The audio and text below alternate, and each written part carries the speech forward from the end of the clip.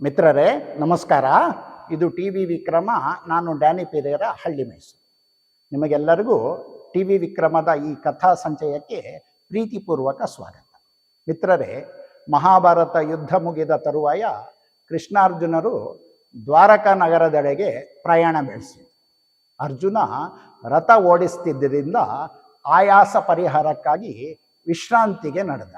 ರಾತ್ರಿ ಊಟದ ಸಮಯ ಆಗಿತ್ತು. ರುಕ್ಮಿಣಿ ಕೃಷ್ಣನಿಗೆ ಊಟ ಬಡಿಸ್ತಿರುವಾಗ ಶ್ರೀಕೃಷ್ಣ ಅರ್ಜುನ ಬಂದಿದ್ದಾನೆ, ಅವನನ್ನು ಬಿಟ್ಟು ಊಟ ಮಾಡುವುದು ಹೇಗೆ, ಅರ್ಜುನನನ್ನು ಕರೆದುತ್ತಾ ಅಂತ ಹೇಳಿದ.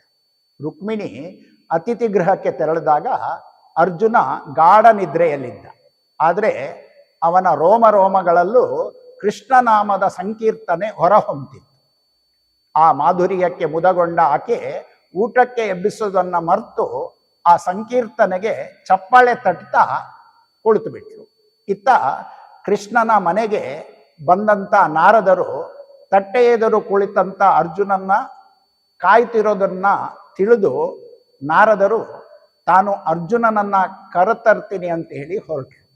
ಅಲ್ಲಿನ ಸನ್ನಿವೇಶ ನೋಡಿದಂಥ ನಾರದರು ಅರ್ಜುನನನ್ನ ಕರೆಯೋದನ್ನ ಮರೆತು ಆತನಲ್ಲಿ ಹೊಮ್ಮಿ ಬರ್ತಿರ್ತಕ್ಕಂಥ ಕೀರ್ತನೆಗೆ ಮನಸೋತು ತಮ್ಮ ತಂಬೂರಿಯಿಂದ ಶ್ರುತಿ ಮೀಟ್ಲಿಕ್ಕೆ ಶುರು ಮಾಡಿ.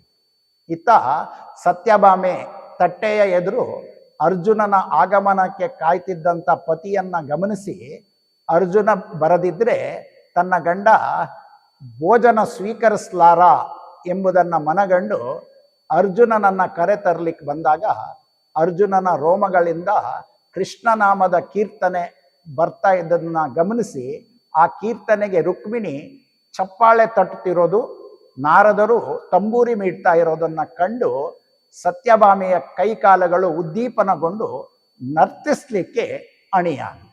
ಇತ್ತ ಅರ್ಜುನನ ಕರಿತಿರ್ಲಿಕ್ಕೆ ಬಂದವರು ಹೋದ್ರೆಲ್ಲಿ ಅಂತೇಳಿ ಅಸಹನೆಯಿಂದ ಸ್ವತಃ ಶ್ರೀಕೃಷ್ಣ ಅರ್ಜುನ ಇರೋ ಕಡೆಗೆ ಬಂದಾಗ ಅಲ್ಲಿ ನಡೆಯುತ್ತಿದ್ದ ಆ ಸ್ವರಲಹರಿಯ ಕಂಡು ಕೃಷ್ಣ ವಿಸ್ಮಿತನಾಗ್ತಾನೆ.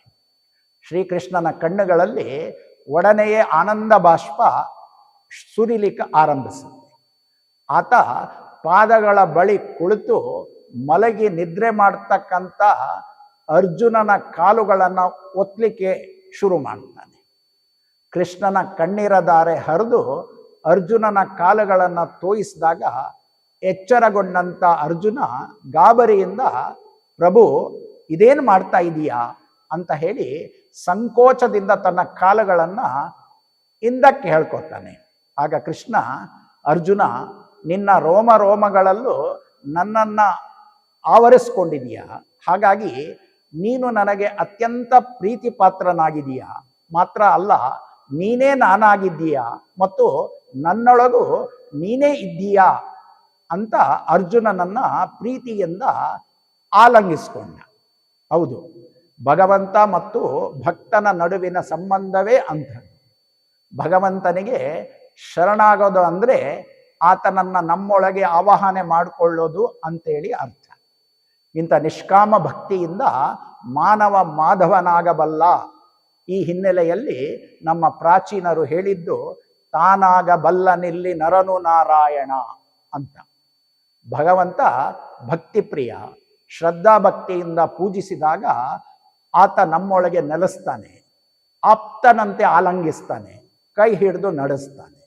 ಭಕ್ತಿಯ ಮುಂದೆ ಜಾತಿ, ಮತ, ಕುಲ, ಗೋತ್ರ, ವಯಸ್ಸು, ವಿದ್ಯೆ, ರೂಪ, ಸಂಪತ್ತು ಎಲ್ಲವೂ ಗೌಣವಾಗುತ್ತೆ. ಹಾಗಾಗಿ ಆತನಲ್ಲಿ ಸಂಪೂರ್ಣ ನಂಬಿಕೆ ಇಡೋಣ. ಅವನಲ್ಲಿ ಭಕ್ತಿ ಭಾವದಿಂದ ಶರಣಾಗಿ ಭಗವಂತನೇ ನಮ್ಮೊಳಗಿದ್ದಾನೆಂಬ ಭಾವ ತಾಳಿ ಕೃತಾರ್ಥರಾಗೋಣ ಅಂತ ಹೇಳ್ತಾ ಈ ಸಂಚಿಕೆಯನ್ನು ಮುಗಿಸ್ತಾ ಇದ್ದೇನೆ. ಮುಂದೆ ಮತ್ತೊಂದು ಸಂಚಯದೊಂದಿಗೆ ಮತ್ತೆ ಸಿಗೋಣ. ಜೈ ಹಿಂದ್, ವಂದೇ ಮಾತರಂ. ಟಿವಿ ವಿಕ್ರಮ, ದೇಶ ನಿಮ್ಮ ಕೈಯಲ್ಲಿ. ಈ ಕಾರ್ಯಕ್ರಮ ನಿಮಗೆ ಇಷ್ಟ ಆಗಿದ್ದಲ್ಲಿ ಲೈಕ್, ಶೇರ್ ಹಾಗೂ ಕಮೆಂಟ್ ಮಾಡಿ. ಟಿವಿ ವಿಕ್ರಮದ ಕಾರ್ಯಕ್ರಮಗಳನ್ನು ನಿರಂತರವಾಗಿ ವೀಕ್ಷಿಸಲು ಸಬ್ಸ್ಕ್ರೈಬ್ ಮಾಡಿ, ಬೆಲ್ ಐಕನ್ ಒತ್ತಿ.